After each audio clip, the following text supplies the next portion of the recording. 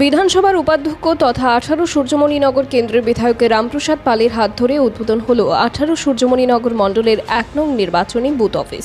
মঙ্গলবার ইছা বাজার 7 স্টার ক্লাব সংলগ্ন এলাকায় নির্বাচনী বুথ অফিস উদ্বোধনকে ঘিরে দলের কর্মী সমর্থকদের মধ্যে ব্যাপক উৎসাহ উদ্দীপনা লক্ষ্য করা যায়। এদিন বুথ অফিসের সূচনার আগে বিশাল একটি মিছিলের আয়োজন করা হয়। মিছিলটি ইছা বাজার এলাকার বিভিন্ন পথ পরিক্রমা করে।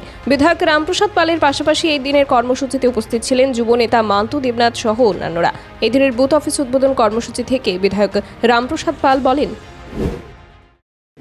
নির্বাচনের বুথ অফিস উদ্বোধন করেছি। আমি এলাকার যারা আমার প্রিয় কার্যকর্তারা, আমার মহিলা মোর্চা, যুব মোর্চার অভিভাবক এবং অন্যান্য যারা কার্যকর্তারা, আমি সকলের কাছে আমার অনুরোধ যে আপনারা ইলেকশনের কটা দিন প্রত্যেক মানুষের ঘরে ঘরে যাবেন, এই অফিসে আসবেন, সকলের সাথে সকলে মিলে আলোচনা করবেন।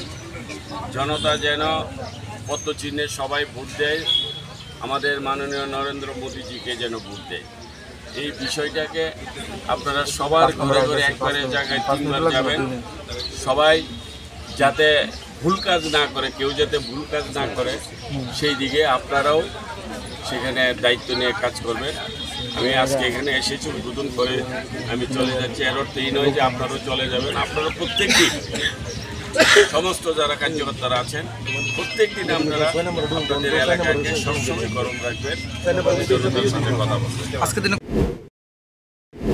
ব্যুরো রিপোর্ট, খবরের প্রতিবাদ।